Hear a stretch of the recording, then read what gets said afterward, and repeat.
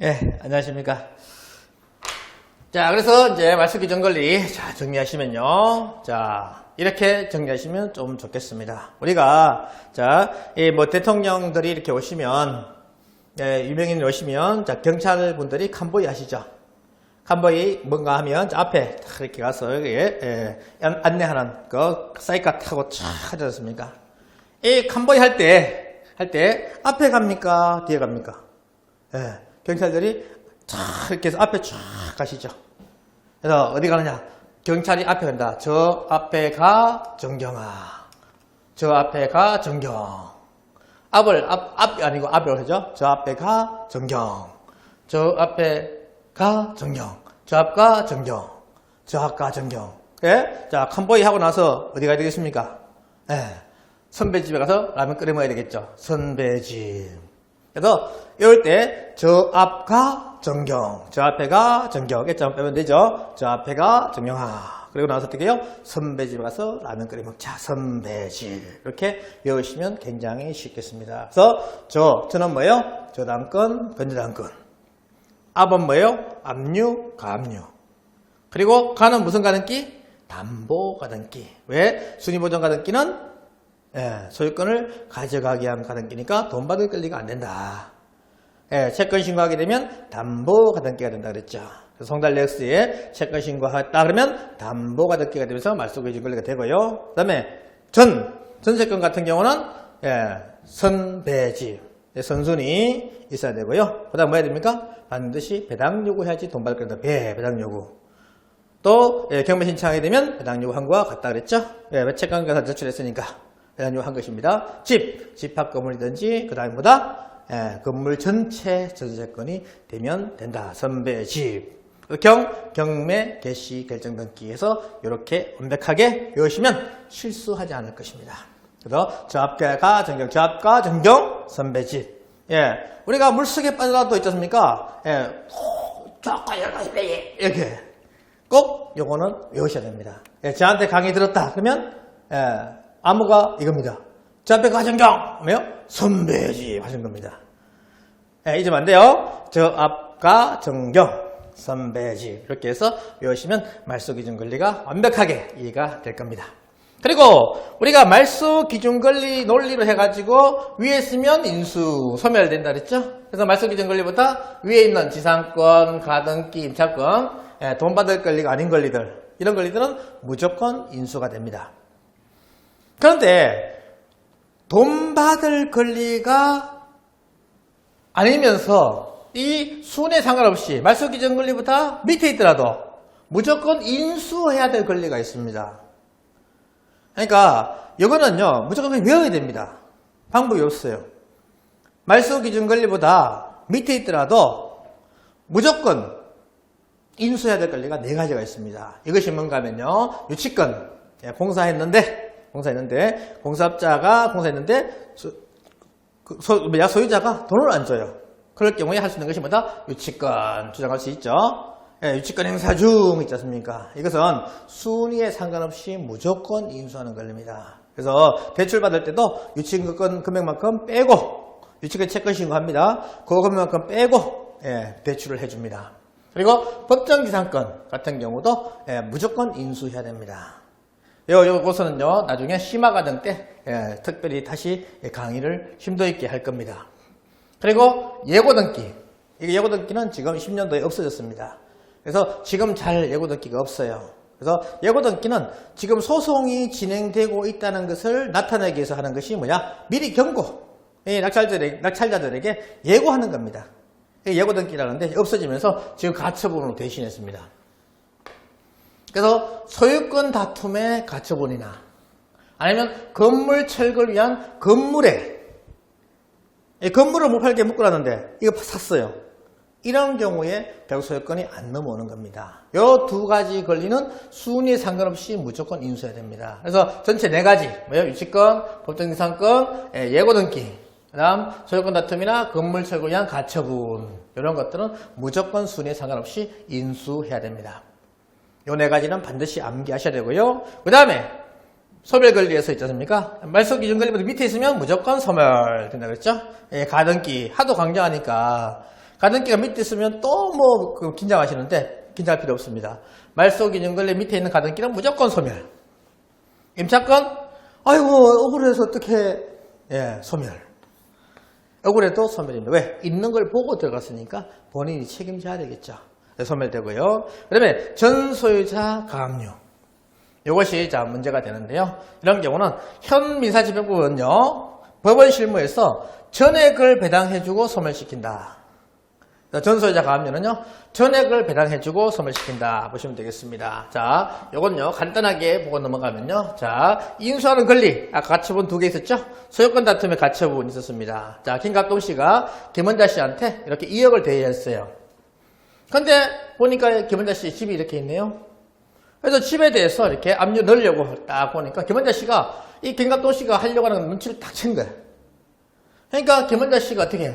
재산을 빼돌려야 되겠죠. 은닉해야 되겠죠. 그래서 자기 동생한테나 말자 씨한테 이렇게 재산을 은닉했습니다. 그러니까 채권 관계가 완전히 성립됐으면 소유권 이전된 겁니다. 근데 그런 관계가 없이 재산을 은닉하기 위해서 이렇게 소유권 이전을 한 거예요. 여기서 만약에 매매 금액 정확하게 통장에 왔다 갔다 하고 정식 절차를 밟아서 소유권 이전 등기해줬다 그러면 이건 다릅니다. 그 상황이 아닌 거예요. 이렇게 해서 자, 재산을 은닉하기 위해서 이렇게 했어요. 이런 상태에서 자, 압류가 들어온 겁니다. A가 압류가 들어왔어요. 이런 경우에 다 압류 들어가지고 자, 경매가 진행되는 그 상황이 됩니다. 이렇게 되는데 여기에 이 갑이 보니까 이 김원자 씨가 재산을 은닉하기 위해서 해놓은 것을 눈치를 챈 거예요. 그래가지고 이 김갑동 씨가 김말자 씨 상대로 소유권 이전 등기 말소 청구 소송을 진행하는 겁니다. 그러니까 요거에 대해서 알려야 되겠죠. 그래서 여기에 가처분 딱 이렇게 해놓는 겁니다. 요 가처분 딱 되어 있죠. 이렇게 딱 피보전 권리가 뭡니까?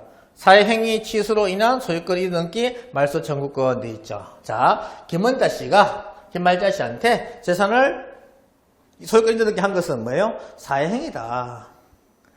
이 사회행위, 결국 이 반하는, 사회적으로 반하는 그런 행위라는 겁니다. 은닉하기 위해서, 빼돌리기 위해서 했다는 거죠. 그래서 결국 그걸 원인으로 해가지고 말소해주세요. 그럼 다시 복직해주세요. 이거죠. 김말자 씨를 말소하고 복직해주세요 하는 소송을 진행한 겁니다. 자, 이런 경우, 이런 상황에서, 자, 이 경매가, 이 압류 신청에서 경매가 진행됐다는 겁니다. 낙찰을, 자, 홍길동 씨가 받았어요.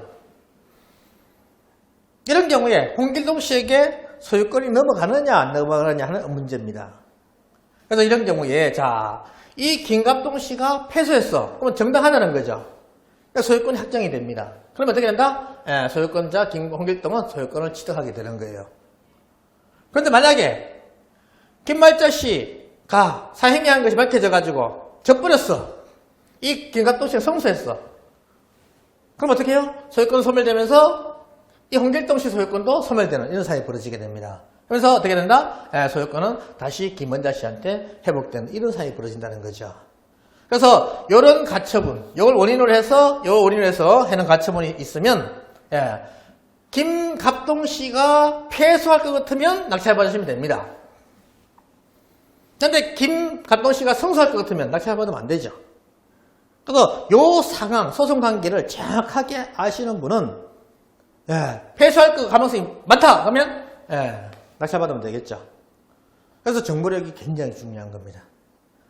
이렇게 이 김갑동 씨가 패소할 것이 확실하다 할 경우는 낙찰받아서 하면 고수익이 되는 겁니다. 그래서 이 가처분, 소유권 다툼의 가처분, 이것은 순위에 상관없이 항상 뭐한다? 인수하는 권리다. 등기부등본에 이렇게 나타나 있다 보시면 되겠습니다.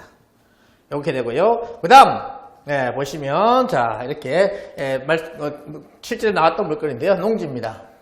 그래서 9,700에서 이렇게 쭉 유찰되고 있죠? 보시면, 뭐라고 되어 있습니까? 가처분 해가지고 이렇게 쫙 나와 있죠. 요 가처분은 만약에 밑에 있더라도 무조건 인수하는 권리가 된다라고 보시면 되겠습니다. 이런 권리가 자 되고요. 그래서 사행위 취소로 인한 소유권에 대한 가처분 요거는 순위에 상관없이 무조건 인수하는 권리다라고 보시면 되겠습니다. 그리고 자 두 번째 가처분은 이런 것이 있습니다. 자, 가처분 중에 또 항상 인수해야 될 가처분 두 가지가 있는데요. 하나가 두 번째가 이겁니다. 자, 토지 소유자가 이미경 씨예요. 이 건물 소유자가 을입니다. 소유자가 틀리죠. 네, 토지 소유자는 이미경, 건물 소유자는 을 이렇게 되어 있습니다. 이런 상황에서 자, 이 분이 지상권이 되면 문제가 안 되는데요. 지상권이 안 되는 거예요, 지금. 이 을이 이미경 씨한테 지상권을 주장할 수가 없어요. 성립이 안 됩니다. 이런 경우는요, 토지 소유자는 건물 소유자를 상대로 해가지고 뭘 할 수 있느냐? 이 을을 상대로 건물 철거를 요청할 수 있습니다. 그러면 을은요, 건물을 철거할 의무를 지는 겁니다. 지상권이 되면 건물 철거하지 않아도 되는데 지상권이 안 되면 건물 철거를 해야 돼요. 그래서 이미경 씨가 지상권이 안 되니까 건물 철거 소송을 을을 상대로 해서 들어갔다는 거죠. 그래서 건물 철거 후 토지를 나한테 인도해 달라 하는 소송을 이미경 씨가 을을 상대로 이렇게 한 거예요. 그러면 자, 이렇게 소송을 했는데 을이 있지 않습니까? 자, 이 소송을 해가지고 확정 판결을 쫙 받아가지고 철거하려니 을이 있지 않습니까? 이 건물 소유자 아닙니까? 팔아버린 거야. 누구한테? 병한테 팔았어요. 이 건물을 병한테 팔아버렸습니다. 소유권 잊어넣기 해버린 거예요. 그러면 이 소송한 것을, 을한테 한 것을 병한테도 주장할 수 있느냐 하는 문제입니다. 이 소송은 누구한테 했습니까? 을한테 했죠. 네, 병한테는 주장할 수가 없는 거예요. 그럼 병을 상대로 또 소송을 해야 되겠죠. 자, 그러면 또 병을 상대로 소송을 했어요. 그런데 병이 또 다른 사람한테 또 팔아버리네? 네, 이렇게 되면 결국 소송하다가 본리 다 보겠죠. 이런 경우에 이미경 씨가 건물 철거 및 토지 인도 소송을 할 때 반드시 뭐 하느냐? 예, 가처분 등기를 딱 해버린 겁니다. 여기. 이렇게 되면 이 처분 금지 가처분, 점유 이전 금지 가처분 했죠. 점유 이전 금지 가처분하고 비슷한 그런 기능입니다. 그래서 이 을한테 가처분을 딱 해놓으면 딱 고정이 돼버린 거예요. 소유권이. 자, 이렇게 되는 겁니다. 그러면 이 을한테 고정이 됐기 때문에 넘겨봤자 이것은 다 무효가 돼버려요. 그래서 가처분 등기 등본에는 이렇게 나와 있습니다. 이 가처분 해가지고 피보전 권리, 토지 소유권으로 인한 건물 철거 및 토지 인도 처분권 이렇게 되어 있죠. 이런 원인으로 되어 있으면 후순위에 되어 있더라도 말소기준 권리 밑에 있더라도 이것은 항상 뭔다? 인수다. 왜 인수가 되는가 하면 자 이런 경우죠. 자, 을한테 딱 묶어놨지 않습니까? 자, 을한테 딱 가처분 묶어놨는데 이걸 알고 샀지 않습니까? 병에 낙찰받았더라도 이 사람 소유권은 소멸되는 이런 상황이 된다는 거예요. 못 팔게 딱 묶어놨는데 알고 샀다는 겁니다. 알고 낙찰받았다는 거죠. 이런 경우도 경매 진행되는 겁니다. 채권자들이 진행시켜달라 그러면 법원에서는 진행시킬 수밖에 없어요. 이런 경우는 절대로 낙찰받아서는 안 된다. 절대로 낙찰받아서는 안 된다. 그래서 이 가처분 두 개였죠? 첫째 뭐였어요? 소유권 다툼의 가처분.